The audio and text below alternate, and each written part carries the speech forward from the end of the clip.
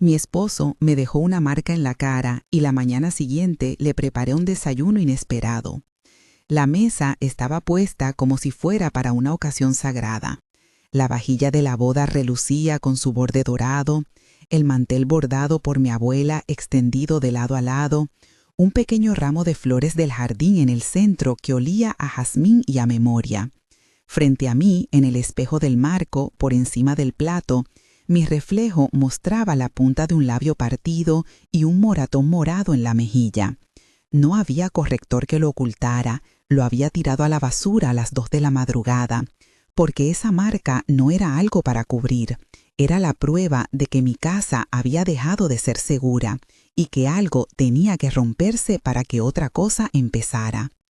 Me serví una taza de café y noté el vapor subir lento. Los gritos de anoche aún vibraban en las paredes, y en la cocina el sonido de las sartenes empezaba a darme calma. El chisporroteo del bacon, el hervor de los grits de queso, la mantequilla derritiéndose sobre los biscuits calientes. Cocinar era una manera de ocupar las manos cuando la cabeza no dejaba de maquinar. Pero hoy la cocina no era solo refugio, era escenario. Si piensas que ninguna mujer debería vivir esto, dame un minuto de tu tiempo y dime de qué ciudad nos escuchas, que lo que voy a contar no quede en silencio. Todo comenzó como en esos álbumes que hoy tengo en la estantería, fotos con flores, risas en la playa, un anillo que brilló más que la prudencia. Terrence y yo éramos la pareja que todos celebraban. Yo enseñaba en la escuela, él trabajaba en la empresa y sonreíamos para las bodas. Compramos la vajilla de segunda mano en una tienda de antigüedades durante un viaje. Fue una tontería romántica para cuando tengamos a la familia, me dijo. Esa vajilla ahora estaba sobre la mesa. Cada taza, cada plato parecía gritar la ironía. La primera grieta no fue un golpe, fue una acusación que llegó como un cuchillo envuelto en papel de regalo. Alguien en la escuela dijo algo que convirtió la confianza en un rumor que creció. Una madre, una historia torcida, y de pronto su nombre comenzaba a aparecer en conversaciones en voz baja. Terrence adoptó la defensa como una cruz personal. Al principio se enfurecía, discutíamos, yo lo calmaba, pero la ira se convirtió en sospecha y la sospecha en vigilancia. Miraba mi teléfono cuando yo no estaba, preguntaba por correos, por llamadas, por nombres. Lo justificaba con «te quiero» y yo lo creía porque quería creer que el que amaba era el mismo hombre que había propuesto brindar con champán bajo la lluvia. Luego vinieron las humillaciones pequeñas, comentarios delante de amigos sobre mi exceso de dramatismo, corregirme en público con un tono que me hacía encogerse. Una noche en la que celebramos mi ascenso, lanzó el plato con comida al suelo porque no me prestaste atención. Sentí como si el mundo se hiciera más pequeño en torno a mi pecho. Al principio pensé que era culpa mía por encender su ira. Un plato, una frase, una equivocación. Esa fue la trampa más antigua. El primer contacto físico que me dejó marcas fue un empujón, una mano firme que agarró mi muñeca en una discusión por gastar un billete en algo que él consideró innecesario. Fue rápido, inesperado, y la vergüenza me caló más profundo que la dolorosa marca color azul en mi piel. No quise contar nada. Lo arreglamos con disculpas, con promesas, con noches de calma que olían a lavanda y arrepentimiento. Él lloró una vez, yo también. Esas lágrimas sirvieron de mantenimiento. Se enjugaban las palabras y volvía la normalidad hasta la siguiente crisis. Con el tiempo, el control dejó de ser un acto puntual y se volvió estrategia. Cuentas cerradas, palabras medidas, llamadas de mi hermana Denise contestadas con desgana. Terrence empezó a reescribir mi mundo. Mi sueldo, mis rutinas, incluso mis amigas parecían tener que pasar por su filtro. Me aisló paso a paso, tan lentamente que no vi cuando la jaula ya no tenía barrotes, solo costumbre. La bebida se coló como alivio y como gasolina. En los días grises se olvidaba, en las noches volvía para justificar excesos. Una vez, en una cena con vecinos, se inclinó hacia mí y susurró algo que dejó la mesa en silencio. Me pedí perdón a mí misma en la cabeza por el desorden, por no ser la esposa perfecta. El orgullo de haber logrado una casa, una carrera, El cariño de mi familia fue triturándose bajo la narración que él fue propagando. Vanessa es emocional, exagerada, difícil. Las palabras de otros comenzaron a pesar más que los hechos. Aquella medianoche marcó un antes y un después. No quiero entrar en detalles gráficos porque no forman parte de lo que yo necesito que recuerdes, pero sí diré esto. A las 00, su mano fue más dura que otras veces y mi reflejo en el espejo recibió una nueva historia. Me miré en el baño, toqué la zona que dolía y supe que no podría seguir escondiendo cicatrices. No solo aquella marca en la cara, era la suma de años de minar mi confianza, de quitarme amigos, de decirme que exageraba. Pero aquella noche, mientras el reloj marcaba las 12 y el silencio volvía a la casa, algo dentro de mí cambió de bando. La que había sido cuidadosa por miedo decidió que la seguridad tenía que ser pública, visible, incuestionable. No pensé en huir a hurtadillas, en salir con una mochila a oscuras. No quería que nadie dijera luego se fue de casa de madrugada sin avisar, como si fuera un capricho. Quería verdad y testigos. Quería que la casa donde sucedían las cosas fuera testigo y que el mundo viera lo que él intentaba ocultar con sus historias. Vanessa es emocional, exagerada, difícil. Las palabras de otros comenzaron a pesar más que los hechos. Aquella medianoche marcó un antes y un después. No quiero entrar en detalles gráficos porque no forman parte de lo que yo necesito que recuerdes, pero sí diré esto. A las 00, su mano fue más dura que otras veces y mi reflejo en el espejo recibió una nueva historia. Me miré en el baño, toqué la zona que dolía y supe que no podría seguir escondiendo cicatrices. No solo aquella marca en la cara, era la suma de años de minar mi confianza, de quitarme amigos, de decirme que exageraba. Pero aquella noche, mientras el reloj marcaba las 12 y el silencio volvía a la casa, algo dentro de mí cambió de bando. La que había sido cuidadosa por miedo decidió que la seguridad tenía que ser pública, visible, incuestionable. Le pedí que trajera paciencia y el vestido que supe usaría si alguna vez necesitaba sentirme fuerte.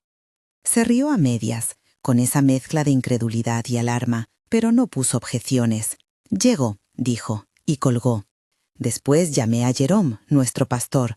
No quería sermones, quería que alguien conocido estuviera allí, con una presencia que pudiera romper la narrativa de «ella exagera». Jerome respondió como siempre, «Te acompañaré». Y por último, marqué el número de Lisa Hardwell, que no era solo amiga sino detective de carrera. Su voz en el teléfono fue un ancla, no un aviso a la acción legal, sino la promesa de alguien que sabía cómo sostener la evidencia y dónde mirarla. No di instrucciones a nadie en pánico, pedí que vinieran como testigos, como apoyo. Les dije a los tres, venid temprano, sin prisa, con discreción. No pedí que llamaran a la policía esa noche, necesitaba que hubiera testigos en una mañana que yo ya había decidido que sería pública. Instalé la cámara Ring en la puerta antes del amanecer. Compré un iPad y lo coloqué en la mesa, con la cámara lista, apuntando donde sabía que se sentaría él. No fue un montaje teatral, fue prevención. La tecnología no iba a solucionar nada por sí sola, pero podría ser la diferencia entre una y otra, entre su palabra y la evidencia. Sabía de las críticas, del miedo a que se dijera buscó cámara, pero en mi cabeza ya no cabía el silencio. A las 4 de la mañana abrí un cajón y saqué el corrector que había utilizado durante años para disfrazar golpes. Lo apreté, vi la barra de color que prometía borrar una historia y lo tiré a la basura. El gesto fue más simbólico que práctico. Lo siguiente fue poner la vajilla de boda sobre la mesa, igual que la primera vez que la desempacamos. Cada plato con su doble, las copas alineadas, el mantel de hilo extendido con cuidado. Quería que todo fuera familiar, para que nadie pudiese decir que yo había planeado un espectáculo. Quería la misma honestidad que se exhibe en un salón de casa, no un montaje teatral. Cociné como si estuviera celebrando. Grits de queso, que mi madre hacía en días fríos, biscuits esponjosos recién salidos del horno, tiras de bacon crujiente, huevos revueltos con cebollino, fruta cortada en rodajas brillantes, café que olía a madrugada. No era reconciliación. Cada plato era un testimonio. El bacon chisporroteaba con una música que me calmaba. A las 6 encendí la cafetera por segunda vez, porque necesitaba la ceremonia del café fuerte para mantenerme despierta en la vigilia que había elegido. Mientras cortaba la fruta, el pensamiento de devolverle a la mesa algo de lo que él había querido controlar, mi hogar, nuestros recuerdos, la mesa donde tantas veces habíamos fingido normalidad, me dio fuerzas. A media mañana coloqué una nota sobre el plato de Terrence. No era una invitación al perdón, era una ficha limpia. «Ven a desayunar», escribí. Quería que entrara en la escena donde yo podía hablar sin que me interrumpiera con gritos, donde la palabra pública tuviera peso. Le di la opción de salir a la limpieza de los hechos ante gente, ante pruebas. No era una trampa de venganza, era una puesta en evidencia, palabras, miradas, testigos, imágenes. Había llamado a la detective Lisa para que viniera temprano y se quedara unos minutos como observadora. Le dije a Denise que se sentara a mi izquierda y a Jerome a la derecha. Les pedí que no se fueran, que me dieran voz si se necesitaba. Los detalles importan siempre: el mantel heredado, las flores marchitas que aún sostenían perfume, la cucharilla de plata con la que una vez vertí sorbete sobre la mano de mi hijo para que riera. Quería que la escena pareciera robada a nuestra vida, no inventada. Lo que no esperaba es la sensación extraña de paz que me invadió al ordenar la mesa. Cada gesto era una afirmación. Yo todavía tenía la capacidad de elegir cómo presentarme ante el mundo. Recordé a mi madre que siempre decía que la dignidad no se grita, se mantiene. No entendí esas palabras hasta que, con las manos pringadas de mantequilla y el delantal manchado de harina, me sentí más dueña de mi vida que en muchos años. No era que hubiera dejado de tener miedo, era que había decidido poner pruebas donde antes solo había un silencio cómplice. Durante la madrugada, en el tiempo entre el golpe y la preparación, había enviado un mensaje a Lisa. «Si puedes, ven alrededor de las 8, estoy reuniendo testigos». Lisa respondió: «Estaré allí, no prometo milagros, pero te acompaño». Jerome me dijo que vendría a las 7:45 para rezar un momento y mantenerse junto a la ventana. Denise me escribió: «Voy en camino, cogeré el vestido verde». En sus voces escuché la firmeza que yo estaba cultivando para esa mañana. A las 7:30 me lavé la cara con agua fría y me miré otra vez en el espejo. La marca brillaba con tonos púrpura. En el lavabo pensé en la primera vez que nos mudamos en esa casa, en las promesas en voz baja y en los planes que hicimos. La casita frente al mar que algún día compraríamos, los libros encima de la mesita del salón, las mañanas tranquilas. Nada de eso tenía que ver con la violencia. Era el paisaje de una vida que no quería perder sin luchar. No busqué respuestas románticas, busqué justicia. No me moví el afán de ver a Terrence castigado por morbo, sino por la necesidad de que el acto tuviera consecuencias que dejaran de ser impunidad. Durante la madrugada, en el tiempo entre el golpe y la preparación, había enviado un mensaje a Lisa. «Si puedes, ven alrededor de las 8, estoy reuniendo testigos». Lisa respondió: «Estaré allí, no prometo milagros, pero te acompaño». Jerome me dijo que vendría a las 7:45 para rezar un momento y mantenerse junto a la ventana. Denise me escribió: «Voy en camino, cogeré el vestido verde». En sus voces escuché la firmeza que yo estaba cultivando para esa mañana. A las 7:30 me lavé la cara con agua fría y me miré otra vez en el espejo. La marca brillaba con tonos púrpura. En el lavabo pensé en la primera vez que nos mudamos en esa casa, en las promesas en voz baja y en los planes que hicimos. La casita frente al mar que algún día compraríamos, los libros encima de la mesita del salón, las mañanas tranquilas. Nada de eso tenía que ver con la violencia. Era el paisaje de una vida que no quería perder sin luchar. No busqué respuestas románticas, busqué justicia. No me moví el afán de ver a Terrence castigado por morbo, sino por la necesidad de que el acto tuviera consecuencias que dejaran de ser impunidad. A las 8:05, la pantalla del ring parpadeó en la entrada. Vi la figura desde el iPad que había puesto en la mesa. Su silueta avanzando por la acera, una mano en el bolsillo, el paso que yo conocía desde aire. Fue una imagen doméstica y al mismo tiempo letal en su cotidianidad. Mi corazón se apretó, pero algo más profundo se abrió. la certeza de que la mañana se iba a convertir en prueba. Respiré hondo, apreté la servilleta sobre la mesa y pensé en las cosas que se habían roto y en las que aún podía arreglar. Afuera, a las 8:05 exactas, el coche se detuvo. Me sorprendió lo rápido que mi cuerpo se sincronizó con mi decisión. Me fui al borde de la ventana, vi por la mirilla y confirmé lo que ya había visto en la pantalla. Terrence se acercó a la puerta con una confianza vieja, la que dan los años de creerse dueño. No le dejaría la narrativa, no lo convertiría en el único autor de lo que pasó en esta casa. Me senté en la mesa, las manos apoyadas en la madera, y dejé que el silbido del café me recordara que aún tenía voz. Pensé en todo lo que no habría de decir, las noches en las que me disculpé por existir, las veces que escondí llamadas para que él no sospechara. Pensé en Denise, en Jerome, en Lisa, en la probabilidad de que alguien dijera que esto es un teatro. Me dije a mí misma que no me iban a robar la dignidad con dudas. Tenía a la vista el iPad, la Ring que había dejado a la puerta, mi hermana en ruta, Jerome probablemente en la casa de enfrente. Todo dispuesto. Puse un plato extra frente a la silla vacía y lo miré.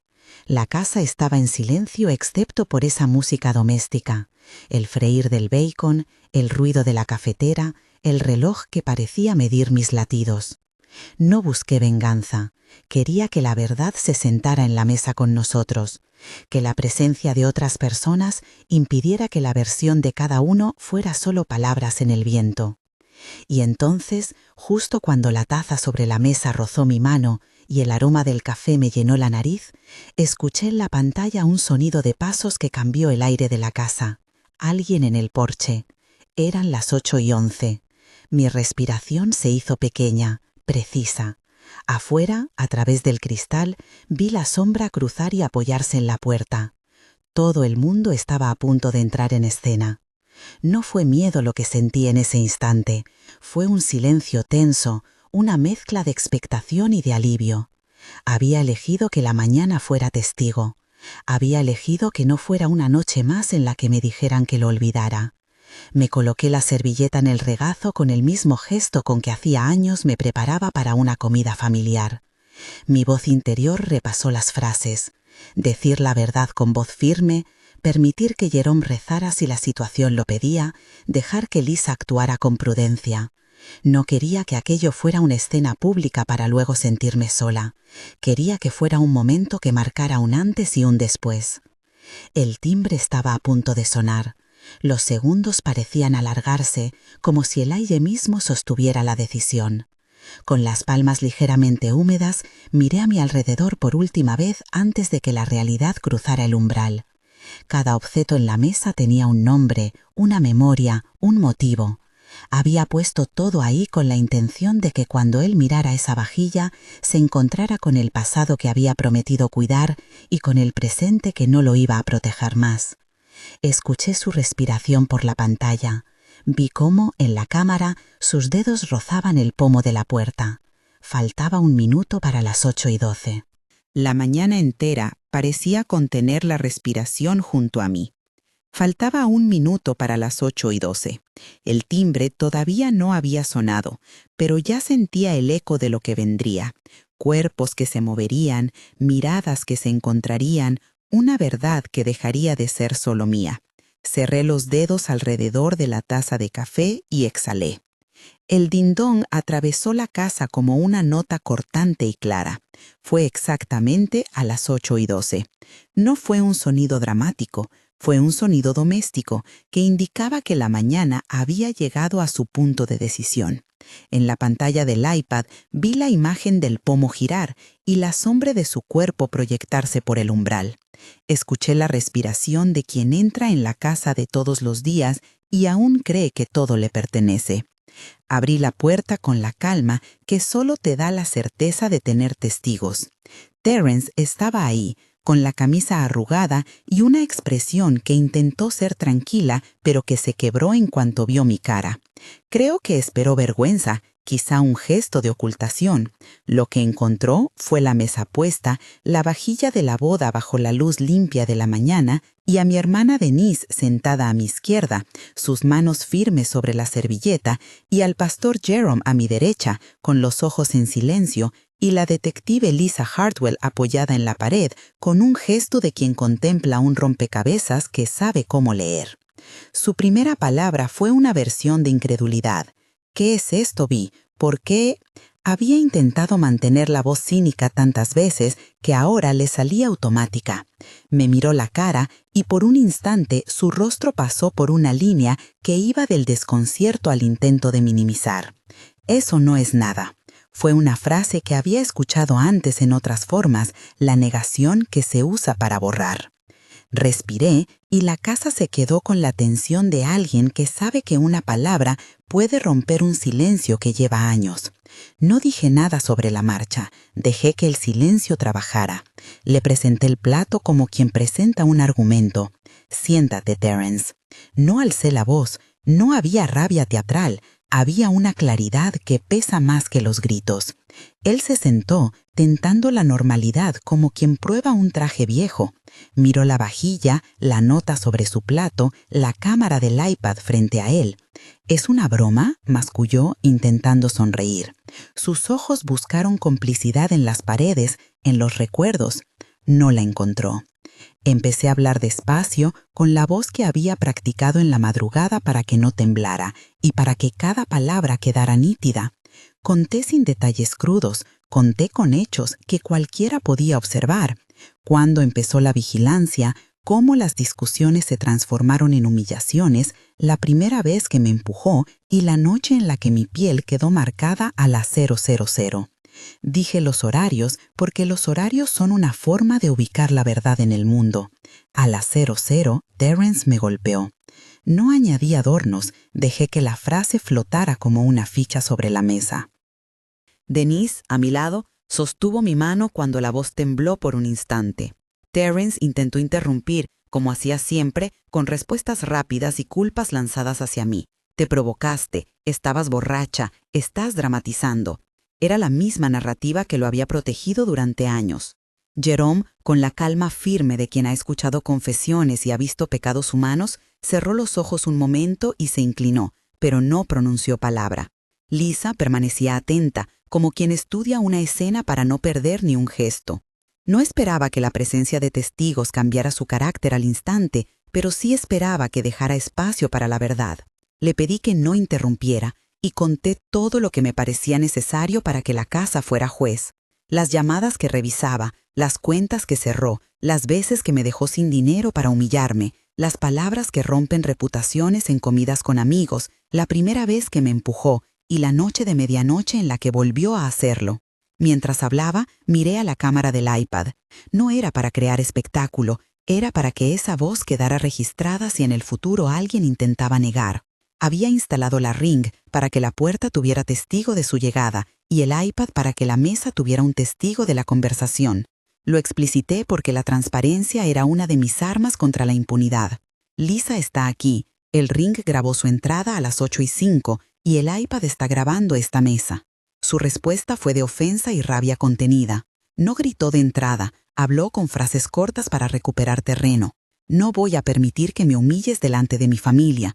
¿Por qué traes a la iglesia a esto? Esto es ridículo». Intentó por un momento apelar a la fuera, a nuestras fotos, a la vajilla, a todo lo que había sido buena memoria. Pero las cosas no vuelven a ser lo que no fueron. Yo ya no iba a sostener el peso de su narrativa. La situación se volvió tensa. Él se levantó. La intención en sus manos fue la misma de otras ocasiones: ordenar, imponer, eclipsar. Cuando la tensión subió, Denise fue la primera en hablar con voz firme pero sin alzarla. «Terence, si no vas a escuchar, nos vamos a quedar aquí hasta que lo hagas. No vamos a irnos». Lo dijo con ese tono que no pide permiso a la violencia.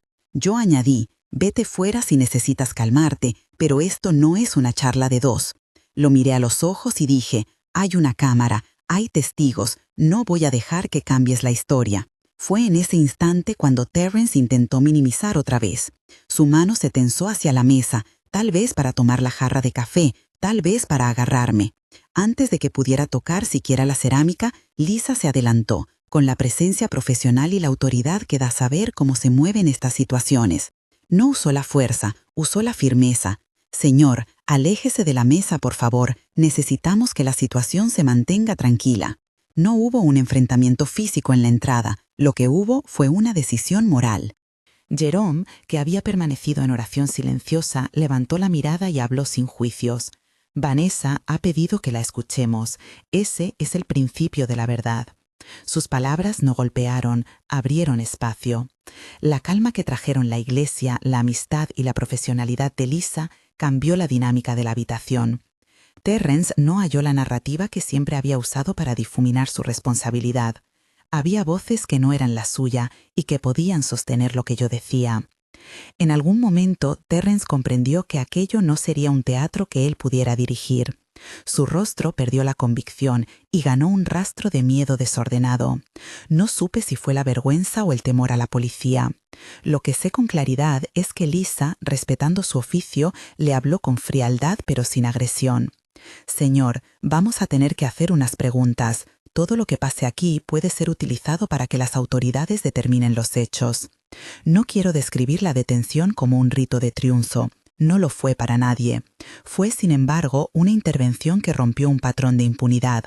Un agente llegó con discreción y profesionalidad. No hubo aplausos ni celebraciones ostentosas, solo la lectura de derechos con voz mesurada y la sensación de que por primera vez en años habría consecuencias que irían más allá de las paredes de nuestra casa.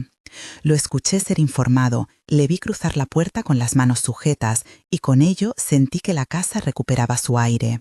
Cuando la puerta se cerró tras la salida de los agentes, la casa quedó con un sonido espacial, el silencio roto por sollozos contenidos. No fue alegría inmediata, fue perplejidad, alivio aterrizado, una fatiga que se siente en la mandíbula.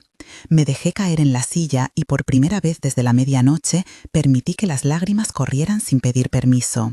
Denise me abrazó con fuerza, Jerome puso una mano en mi hombro y con voz suave dijo una oración que no buscó absoluciones sino consuelo. Lisa se quedó un momento más, comprobando grabaciones, asegurando que la evidencia estuviera en orden, pero lo hizo como quien acompaña a una amiga. Las horas siguientes fueron una mezcla de trámites y de contención. No voy a detallar procedimientos legales ni a dar recetas, solo diré que Lisa actuó con el profesionalismo que la caracteriza y que eso nos permitió respirar con menos incertidumbre.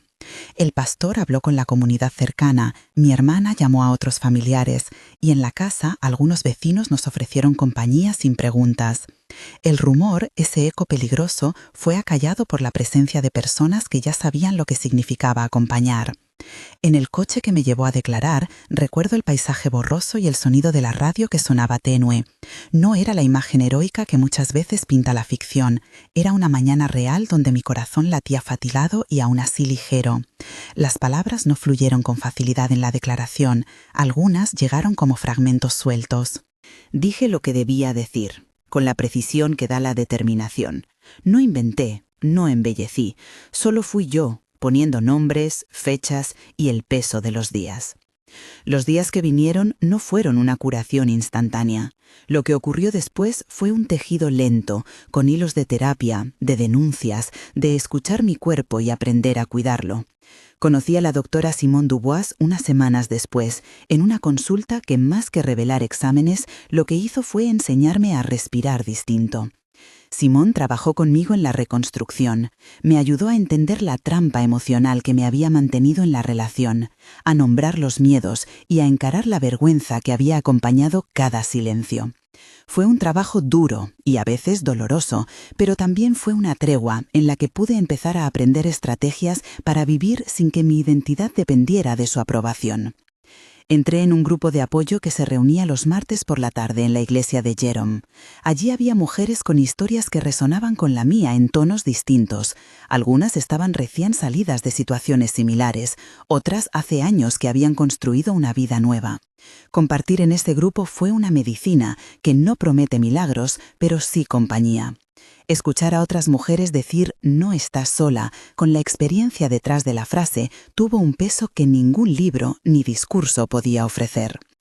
También hubo tareas pequeñas y prácticas que tuve que aceptar. Informé a mi trabajo, acepté cambios en mi rutina, revisé cuentas con la ayuda de una asesora financiera para recuperar autonomía económica. No cuenta como consejo si digo que hice esto, pero sí puedo afirmar que buscar ayuda profesional fue clave para no intentar resolver todo en soledad. El proceso incluyó noches de frustración, de dolor, de nostalgia por lo que no había sido, y también momentos de descubrimiento de fuerzas que no sabía que tenía. El acto de vender o guardar la vajilla de boda fue una decisión simbólica y tranquila. Al principio pensé en deshacerme de ella. Luego, tras algunas sesiones de terapia y largas conversaciones con Denise, decidí que aquello que representaba el pasado podía seguir existiendo como recuerdo sin gobernar mi presente. Guardé algunas piezas en una caja con cuidado. No eran para celebrar, sino para recordar la complejidad de las cosas que se rompen y de las que se conservan por razones propias. Compré, tiempo después, unas tazas sencillas que me gustaron por su modestia. No pretendían reparar el pasado, solo acompañarme en las mañanas. El proceso también incluyó decisiones legales y procesos que la policía y los tribunales manejaron con su ritmo. Hubo comparecencias, testimonios y momentos en los que el cuerpo recordó el miedo en la espera. Todo eso fue parte de una historia que exigía paciencia.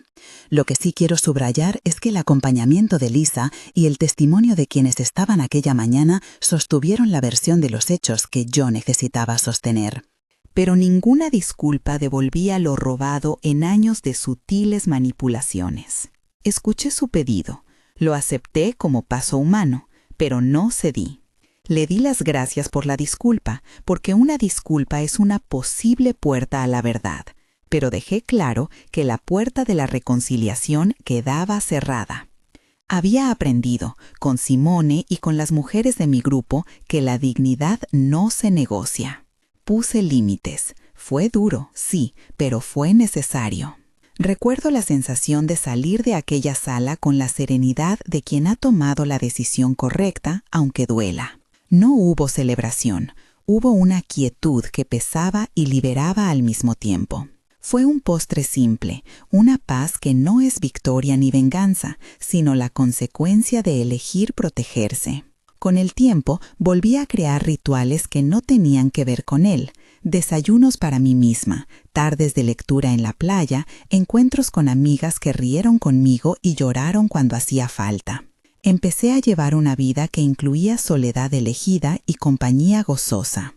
Trabajé por una promoción en la escuela que me obligó a retomar mis capacidades profesionales y a redescubrir mi voz pública. Lo que vino no fue perfecto, pero fue auténtico.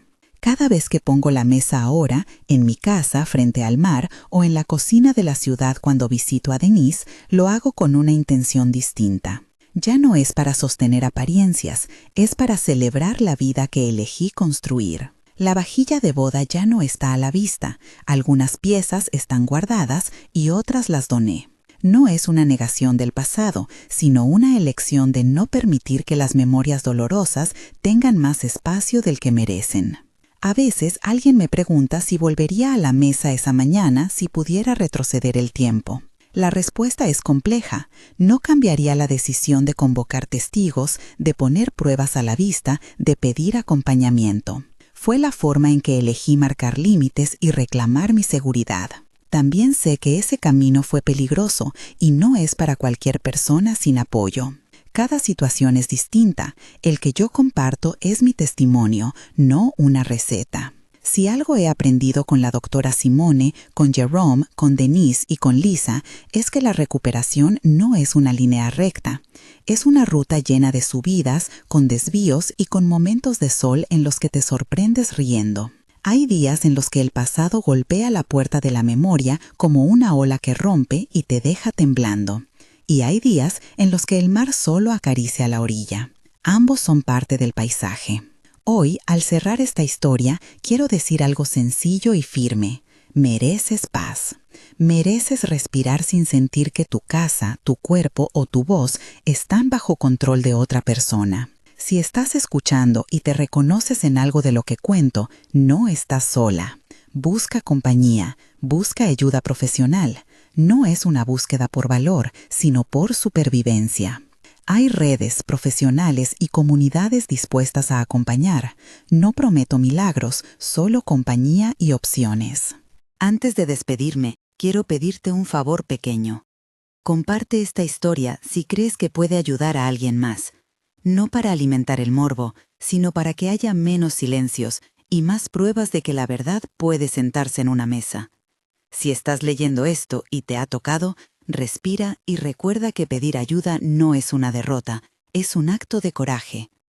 Yo sigo adelante, anclada en decisiones que me devolvieron la capacidad de elegir. A veces desayuno mirando al mar y pienso en la extraña ceremonia que fue aquella mañana con la vajilla de boda. No fue un acto de venganza, fue un acto de nombre y de justicia. Fue la afirmación de que mi hogar puede volver a ser un refugio y no un escenario de miedo. Mereces cuidarte, mereces que te crean, mereces recuperarte. Y si alguna vez decides sentarte a una mesa para contar lo que te ha pasado, que allí haya alguien que te sostenga, una cámara si eso te da seguridad, manos amigas y la certeza de que no tienes que cargar con la historia sola. Yo me quedo con la paz que viene del hacerlo público y de nombrarlo en voz alta. Si esta historia te ha tocado, compártela con alguien que pueda necesitar escucharla. Busca apoyo profesional en tu localidad. Hay organizaciones y profesionales que acompañan sin juzgar. No estás sola. Yo estoy aquí, con la certeza de que elegir la vida y la paz fue, para mí, la decisión más valiente que he tomado.